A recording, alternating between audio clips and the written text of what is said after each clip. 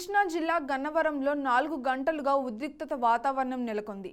గన్నవరంలోని స్థానిక టీడీపీ కార్యకర్తలకు వల్లభనేని వంశీ అనుచరుల మధ్య ఘర్షణలు జరుగుతున్న క్రమంలో టీడీపీ నేత కొమ్మారెడ్డి పట్టాభిరామ్ కారును ఆందోళనకారులు ధ్వంసం చేశారు. దీంతో పాటు వంశీపై విమర్శలు చేసిన దొంతు చిన్న కారుకు నిప్పంటించారు. అంతకుముందు గన్నవరం బయలుదేరిన పట్టాభిరామ్ను పోలీసులు అడ్డుకున్నారు. ఆ క్రమంలోనే ఆయనను అరెస్ట్ చేసి రహస్య ప్రదేశానికి తరలించారు. గన్నవరం బయలుదేరిన మాజీ మంత్రి దేవినేని ఉమాని కూడా పోలీసులు అదుపులోకి తీసుకున్నారు. అయితే గుర్తు తెలియని వ్యక్తులు టీడీపీ కార్యాలయాన్ని ధ్వంసం చేయడమే కాకుండా అక్కడున్న 5 వాహనాలను కూడా తగులబెట్టారు. ఈ ఘటనలు గన్నవరంలో బీభత్సం సృష్టించాయి. అయితే వంశీ ప్రదోబలంతోనే తమ కార్యాలయంపై దాడులతో అద్దాలను ఫర్నిచర్ ధ్వంసం చేయడమే కాకుండా అక్కడ నిలిపి ఉంచిన వాహనాలను తగులబెట్టారని టీడీపీ నేతలు ఆరోపిస్తున్నారు. మరోవైపు 2 రోజుల నుంచి టీడీపీ వైసీపీ కార్యకర్తల మధ్య ఘర్షణలు జరుగుతున్నాయి. ఒకరిపై ఒకరు ఆరోపణలు చేసుకోవడమే కాకుండా ఘర్షణలకు దిగుతున్నారు. ఈ విషయం తెలుసుకున్న టీడీపీ కార్యకర్తలు నేతలు పార్టీ కార్యాలయం వద్దకు పెద్ద సంఖ్యలో చేరుకుంటున్నారు. వారిని పోలీసులు అడ్డుకుంటున్నారు. టీడీపీ కీలక నేతలు గన్నవరం రాకుండా ఎక్కడికక్కడ అరెస్ట్ చేస్తున్నారు. గన్నవరం టీడీపీ ఆఫీస్ వద్ద పోలీసులు భద్రత పెంచారు. టీడీపీ వైసీపీ కార్యకర్తలు పరస్పర దాడులు చేసుకుంటున్నారు. ఎప్పుడు ఏం జరుగుతుంది అని ప్రజలు భయాందోళన చెందుతున్నారు. దీంతో ర్యాపిడ్ యాక్షన్ ఫోర్స్ రంగంలోకి దిగింది. టీడీపీ కార్యకర్తలు నేతలను అరెస్ట్ చేస్తున్నారు.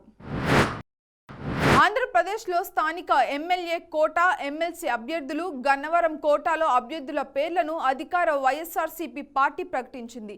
18 ఎమ్మెల్సీ స్థానాలకు గాను అభ్యర్థుల పేర్లను ప్రభుత్వ సలహాదారులు సజ్జల రామకృష్ణారెడ్డి ప్రకటించారు. ముఖ్యమంత్రి వైఎస్ జగన్మోహన్ రెడ్డి మరోసారి సామాజిక న్యాయానికి పెద్దపీట వేస్తూ బీసీ, ఎస్టీ, ఎస్సీ వర్గాలకు అధిక ప్రాధాన్యత కల్పించారని తెలిపారు. సజ్జల రామకృష్ణారెడ్డి మాట్లాడుతూ సామాజిక న్యాయానికి వైఎస్ఆర్సీపీ కట్టుబడి ఉంది.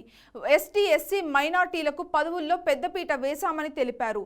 బీసీలంటే బ్యాక్వర్డ్ క్లాస్ కాదు, బ్యాక్ బోన్ క్లాస్ అని పేర్కొన్నారు. అధికారంలోకి వచ్చిన వెంటనే ఎస్టీ, ఎస్సీ, బీసీ మైనార్టీలకు ఉప ముఖ్యమంత్రి పదవులు ఇచ్చామన్నారు. ఓట్ల కోసం నినాదాలు ఇచ్చే పార్టీ మాది కాదని, వారిని అధికారంలో భాగస్వామ్యం చేయడమే తమ కర్తవ్యం అన్నారు. సీఎం జగన్ తీసుకున్న నిర్ణయం చారిత్రాత్మకమైనదని తెలిపారు. టీడీపీ హయాంలో ఎస్టీ, ఎస్సీ, బీసీ మైనార్టీలకు మండలిలో 37% ప్రాతినిధ్యం కల్పిస్తే సీఎం వైసీపీ జగన్మోహన్ రెడ్డి ప్రభుత్వం మాత్రం బీసీలకే 43% ఎమ్మెల్సీ పదవులు ఇచ్చిందని సజ్జల రామకృష్ణారెడ్డి పేర్కొన్నారు. మండలిలో బీసీ, ఎస్టీ, ఎస్టీలకు 68% ఎమ్మెల్సీ పదవులు ఇచ్చామని తెలిపారు. సామాజిక సారికత అంటే తమదేనని, చంద్రబాబు మాటలు చెప్తే తాము చేతల్లో చూపించామని స్పష్టం చేశారు. చంద్రబాబు హయాంలో 62.5 ఓసీలు, 32% బీసీలు ఉన్నారన్నారు. 87 మున్సిపాలిటీలలో 84 చోట్ల తమ పార్టీ గెలిచిందని, 44 మంది మున్సిపల్ చైర్మన్స్ బీసీలే ఉన్నారని గుర్తు చేశారు. ఈ సందర్భంగా ఎమ్మెల్యే కోటాలో 7, స్థానిక కోటాలో 9 మంది అభ్యర్థులు, గన్నవరం కోటాలో మరో 2 పేర్లను సజ్జల ప్రకటించారు. కాగా 18 స్థానాలకు గాను బీసీలకు 11, ఎస్సీలకు 2, ఎస్టీలకు 1, ఓసీలకు 4 స్థానాలను కేటాయించినట్లు వెల్లడించారు. మాజీ మంత్రి వైఎస్ వివేక హత్య కేసు పలు టర్న్లు తీసుకుంటుంది. తాజాగా కడప ఎంపీ అవినాష్ రెడ్డి, ఆయన తండ్రి వైఎస్ భాస్కర్ రెడ్డికి సిబిఐ నోటీసులు పంపించింది. అవినాష్ రెడ్డిని ఈ నెల 24న మధ్యాహ్నం 3 గంటలకు హైదరాబాద్లో, భాస్కర్ రెడ్డిని ఈ నెల 23న పులివెందులలో విచారిస్తామని నోటీసులో పేర్కొంది. తనకు ముందస్తు కార్యక్రమాలు ఉన్నందున ఆ రోజు విచారణకు హాజరు కాలేనట్టు భాస్కర్ రెడ్డి సమయంలో కోరినట్లు సమాచారం. కాగా గతంలో సిబిఐ అధికారులు ఎస్ఆర్టీపీ 160 సెక్షన్ కింద అవినాష్కు నోటీసులు ఇచ్చారు. గత నెల 28న విచారణకు హాజరయ్యారు. ఇప్పుడు ఒకరోజు వ్యవధిలోని తండ్రి, కుమారులు విచారణకు సిబిఐ పిలవడం చర్చనీయాంశంగా మారింది. వైఎస్ వివేకానందరెడ్డి హత్య కేసు ప్రారంభమైన దగ్గర నుంచి తన ప్రతిష్టను దెబ్బతీయడానికి ప్రయత్నాలు జరుగుతూనే ఉన్నాయని అవినాష్ రెడ్డి ఆవేదన వ్యక్తం చేశారు. తప్పుదోవ పట్టించేలా వార్తలను ప్రచారం చేస్తున్నారని మండిపడ్డారు. విచారణ పారదర్శకంగా సాగాలని కోరారు. మరోవైపు వివేకానందరెడ్డి హత్య కేసుకు సంబంధించి ఫిబ్రవరి 16న తెలంగాణ హైకోర్టులో వివేక సతీమణి సౌభాగ్యమ్మ ఇంప్లిమెంట్ పిటిషన్ దాఖలు చేశారు. 2019 మార్చి 15 తెల్లవారుజామున వివేక హత్యకు గురయ్యారని ఆమె పిటిషన్లో పేర్కొన్నారు. సిబిఐ దర్యాప్తు చేపట్టి నేర అభియోగ పత్రాలు దాఖలు చేసిందని, సిబిఐ అధికారులు 5గురిని నిందితులుగా పేర్కొన్నారని వివేక భార్య పేర్కొన్నారు. కాగా వైఎస్ వివేక హత్య కేసులో A2 నిందితుడు సునీల్ యాదవ్ బెయిల్ కోసం తెలంగాణ హైకోర్టులో ఇటీవల పిటిషన్ దాఖలు చేశారు. పులివెందులకు చెందిన సునీల్ను సిబిఐ 2021 ఆగస్టులో గోవాలో అరెస్ట్ చేసింది. గతంలో సునీల్ యాదవ్కు బెయిల్ ఇచ్చేందుకు కడప జిల్లా కోర్టు, ఏపీ హైకోర్టు నిరాకరించాయి. అనంతరం సుప్రీంకోర్టు వైఎస్ వివేక హత్య కేసును హైదరాబాద్కు బదిలీ చేసింది. దీంతో తెలంగాణ హైకోర్టులో సునీల్ బెయిల్ పిటిషన్ దాఖలు చేశాడు. సునీల్ యాదవ్ ప్రస్తుతం చంచల్గూడ జైల్లో ఉన్నాడు. టీడీపీ అధినేత చంద్రబాబు నాయుడు ఉమ్మడి తూర్పుగోదావరి జిల్లా పర్యటన సందర్భంగా శుక్రవారం ఉద్రిక్తత పరిస్థితులు నెలకొన్న విషయం తెలిసిందే. దీనికి బాధ్యతలుగా పేరుకుట చంద్రబాబుపై బిక్కవోలు పోలీస్ స్టేషన్లో కేసు నమోదైంది. డీఎస్పీ భక్తవత్సలం ఫిర్యాదు మేరకు చంద్రబాబుతో పాటు మరో 7గురిపై కేసు నమోదు చేశారు. రోడ్ల మధ్యలో బహిరంగ సభలు పెట్టకూడదని నిబంధనలకు విరుద్ధంగా రోడ్ షో నిర్వహించడంతో పాటు తనను దూషించారంటూ డీఎస్పీ భక్తవత్సలం పోలీసులకు ఫిర్యాదు చేశారు. డీఎస్పీ ఫిర్యాదుతో చంద్రబాబు మరో 7గురు టీడీపీ నేతలపై కేసు నమోదు చేసినట్లు బిక్కవోలు పోలీసులు తెలిపారు.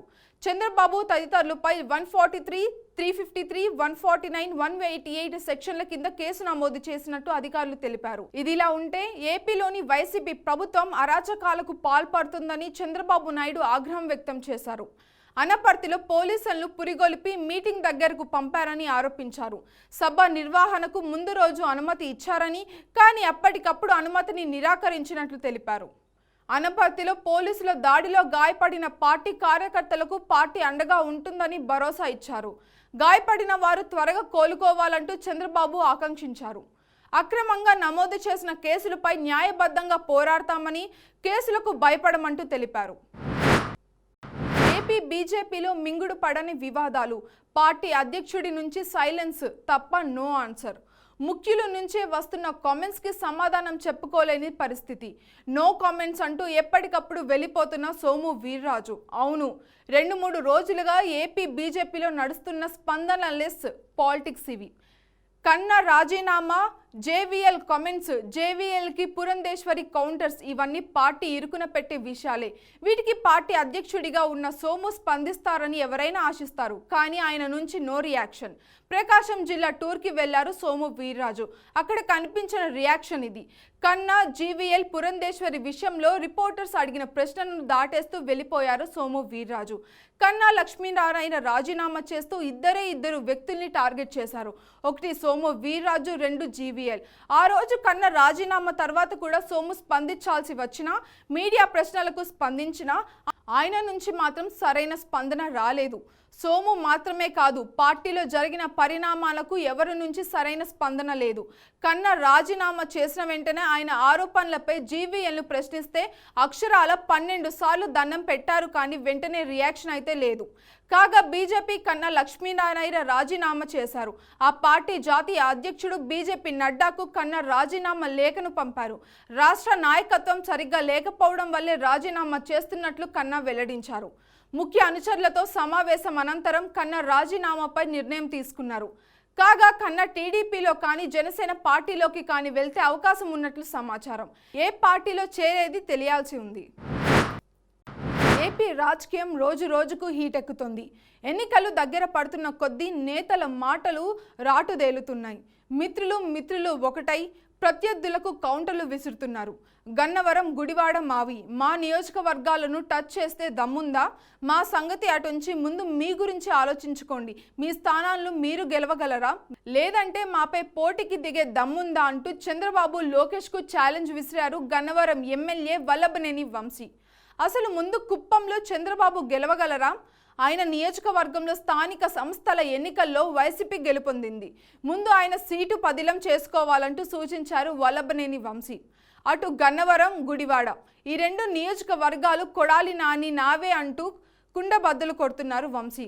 కొడాలి నాని సైతం అదే ఛాలెంజ్ చేశారు. వంశీని టచ్ చేస్తావా? నన్ను టచ్ చేస్తావా?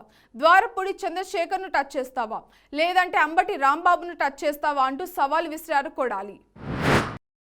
తెలంగాణ తెలంగాణ ప్రథమ పౌరురాలు రాష్ట్ర గవర్నర్ తమిళసాయిపై అవమానకర వ్యాఖ్యలు ఆరోపణల నేపథ్యంలో బీఆర్ఎస్ ఎమ్మెల్సీ పాడి కౌశిక్ రెడ్డి ఢిల్లీలో జాతీయ మహిళా కమిషన్ ముందు హాజరు కాబోతున్నారు.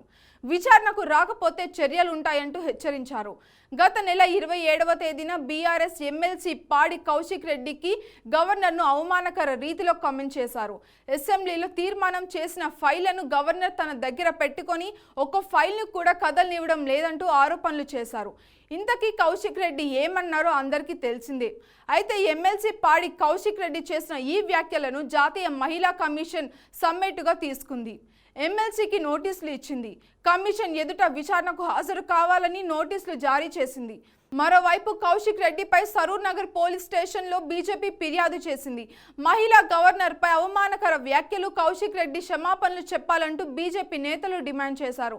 ఇదిలా ఉంటే అటు ఎమ్మెల్సీ కౌశిక్ రెడ్డి మాత్రం తాను చేసిన వ్యాఖ్యల్లో ఎలాంటి తప్పులేదంటున్నారు. అది తెలంగాణ సాధికారణ వాడే పదాలని చెప్పారు. ఇక ఒక్క పదాన్ని కాదు మొత్తం విషయాన్ని విని అర్థం చేసుకోవాలన్నారు. తాను చేసిన వ్యాఖ్యలు తప్పైతే కవితపై MP Arvind Reddy comments women commission ఎందుకు స్పందించలేదని కౌశిక్ ప్రశ్నించారు. అరవింద్ బండి సంజయ్ మాట్లాడిన వీడియోలో కమిషన్కు ఫిర్యాదు చేస్తానన్నారు. ఉమెన్ కమిషన్ ముందు హాజరై చట్ట ప్రకారంగానే ఎదుర్కొంటానని కౌశిక్ రెడ్డి చెప్పారు. మొత్తానికి జాతీయ మహిళా కమిషన్ ముందు హాజరవుతున్న పాడి కౌశిక్ రెడ్డి పక్కా ప్లాన్తో హాజరవబోతున్నట్లుగా తెలుస్తుంది. తాను వివరణ ఇవ్వడమే కాదు బీజేపీ నేతలను ఇరుకున పెట్టే అస్త్రాలతో సిద్ధమైనట్లు సమాచారం. టీపీసీసీ చీఫ్ రేవంత్ రెడ్డి పాదయాత్ర వరంగల్ జిల్లా చేరుకుంది. ఇక హనుమకొండలో జరిగిన బహిరంగ సభలో రేవంత్ పలు సంచలన ఆరోపణలు చేశారు. వరంగల్ ఈస్ట్ వెస్ట్ ఎమ్మెల్సీలపై ఆయన సంచలన కామెంట్స్ చేశారు. వీరిద్దరూ బిల్లా రంగవారని అన్నారు. భూ కబ్జాలలో వీరికి మించిన వారు లేరని, వరంగల్ ఎమ్మెల్యేలు దండుపాల్యం బ్యాచ్ లాంటి వారని, వీరు కేవలం భూములనే కాదు పందులను కూడా వదలడం లేదని అన్నారు. వరంగల్ దండుపాల్యం మూటాకు తానొక హెచ్చరిక జారీ చేస్తున్నానని, మా కార్యకర్తలను వేధించిన వారికి వడ్డీతో సహా చెల్లిస్తానని అన్నారు. కాంగ్రెస్ జెండా మోసే ప్రతి కార్యకర్తకు మంచి భవిష్యత్తు ఉంటుందని, నాయని రాజేందర్ రెడ్డి లాంటి వారికి సోనియా గాంధీ ఆశీస్సులు ఎప్పుడూ ఉంటాయని అన్నారు. హన్మకొండలో జరిగిన రేవంత్ పాదయాత్రకు జిల్లా కాంగ్రెస్ అధ్యక్షుడు నాని ఆధ్వర్యంలో భారీ ఎత్తున జన సమీకరణ జరిగింది. ఆర్ట్స్ కాలేజ్ నుంచి మొదలైన పాదయాత్ర అదలాత్, Nakkalagunta, Balasamudram, bus stand, public garden మీదుగా హన్మకొండ చౌరస్తా వరకు సాగింది. ఏనుగల గడ్డులో జరిగిన కార్నర్ షోలో వీర హనుమంతరావు మాట్లాడారు. ఖమ్మం రైతులకు సంకెళ్లు వేసిన చరిత్ర కేసీఆర్దని, ఇక్కడికి రైతులను పట్టించుకోవడానికి పంజాబ్ రైతులపై ప్రేమ ఒలకబోస్తున్నారని ఎద్దేవా చేశారు. అంతేకాదు మేమంతా కలిసే ఉన్నామని, మా మధ్య ఎలాంటి తగాదాలు లేవని అన్నారు హనుమంతరావు. పైన ఉన్న వాళ్ళంతా కలిసి ఉంటేనే కింద వాళ్ళు క్షేమంగా ఉంటారని అన్నారు ఆయన. ఇదిలా ఉంటే వచ్చే ఎన్నికల్లో వరంగల్ వెస్ట్ తానే పోటీ చేస్తానని ప్రకటించుకున్నారు. 20 ఏళ్ల త్యాగం వృధా కానివ్వనని, ఈసారి పోటీకి దిగేదే అంటూ రేవంత్ ముందే కామెంట్స్ చేశారు రాజేందర్ రెడ్డి. పొరుగు జిల్లా నుంచి, పక్క పార్టీల నుంచి ఎవరొచ్చి కుట్రలు చేసినా సరే ఇక్కడ తానే పోటీ చేస్తానని నాయని మాటలు కరెక్ట్ అంటూ కితాబిచ్చారు పీహెచ్.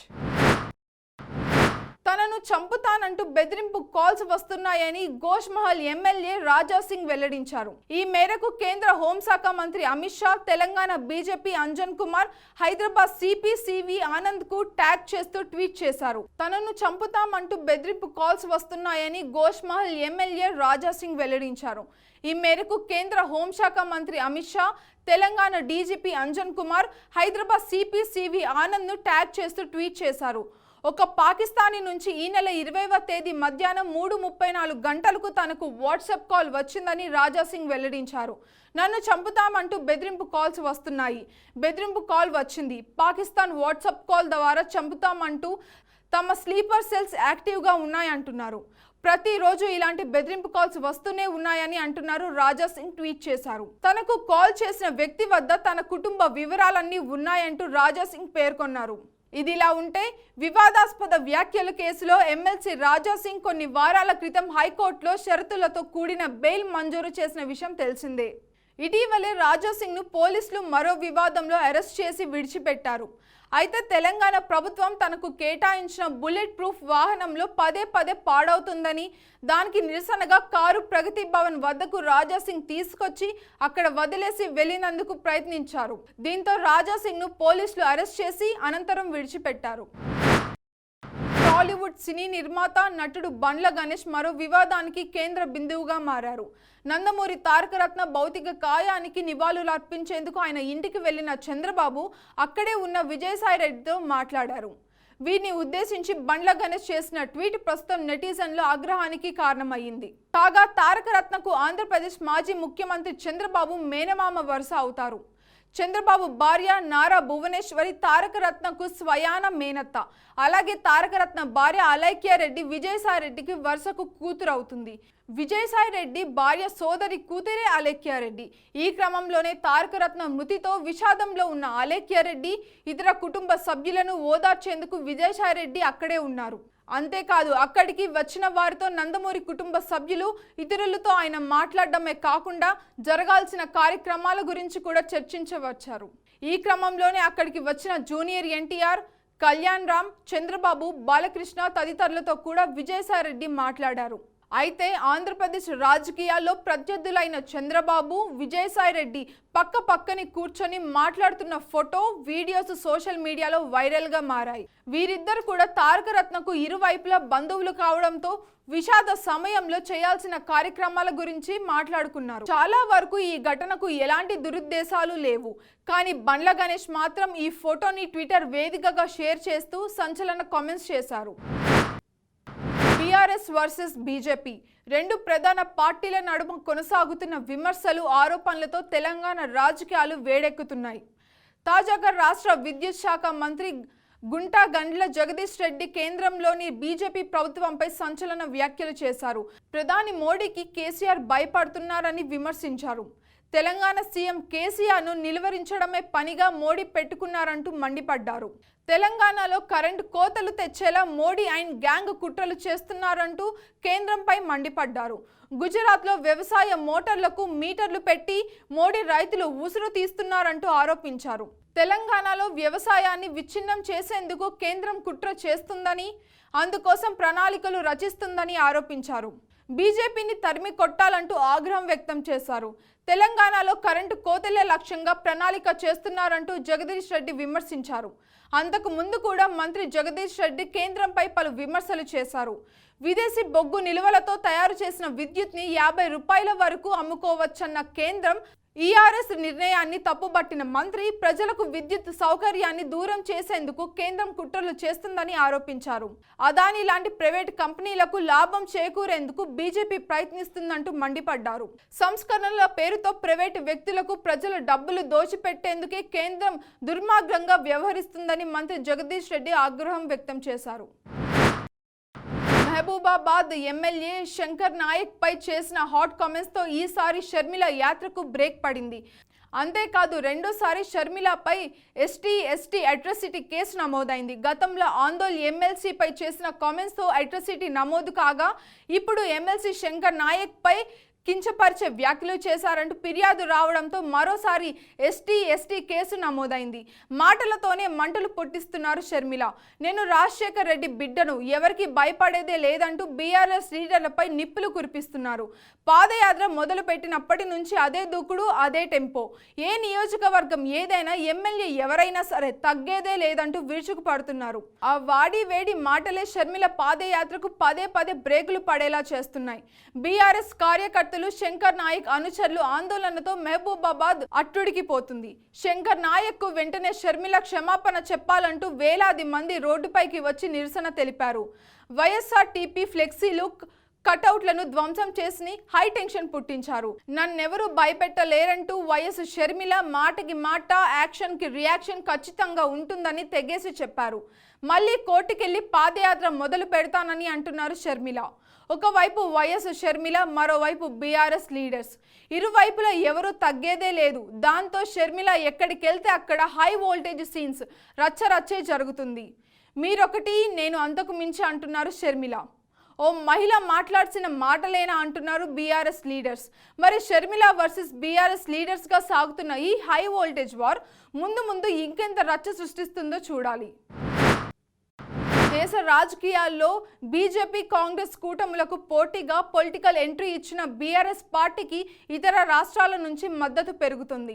తెలంగాణలోని ఖమ్మంలో బీఆర్ఎస్ సభ నిర్వహించిన తర్వాత తొలిసారిగా మహారాష్ట్రలోని నాందేడ్లో భారీ మీటింగ్ ఏర్పాటు చేశారు.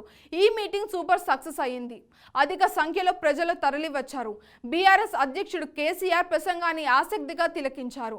ఈ క్రమంలో తాజాగా ఒక ఇంట్రెస్టింగ్ సీన్ జరిగింది. బీఆర్ఎస్ పార్టీలోకి ఎలా జాయిన్ అవ్వాలంటూ మహారాష్ట్ర నుంచి ఒక వ్యక్తి తెలంగాణ ఎమ్మెల్సీ కల్వకుంట్ల కవితకు ట్వీట్ చేశారు.